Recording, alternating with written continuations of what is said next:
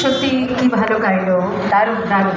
আমরা আবার চলে যাব আমাদের সেই ম্যাটিনি আইডল উত্তম কুমার।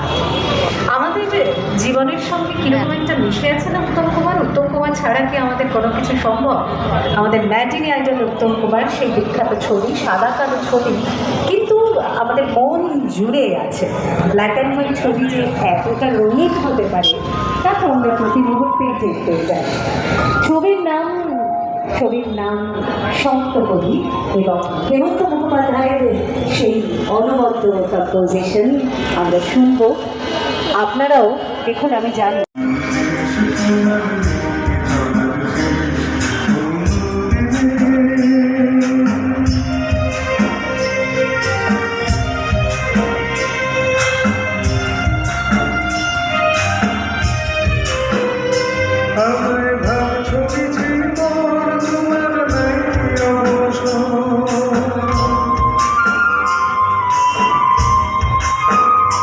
আমায়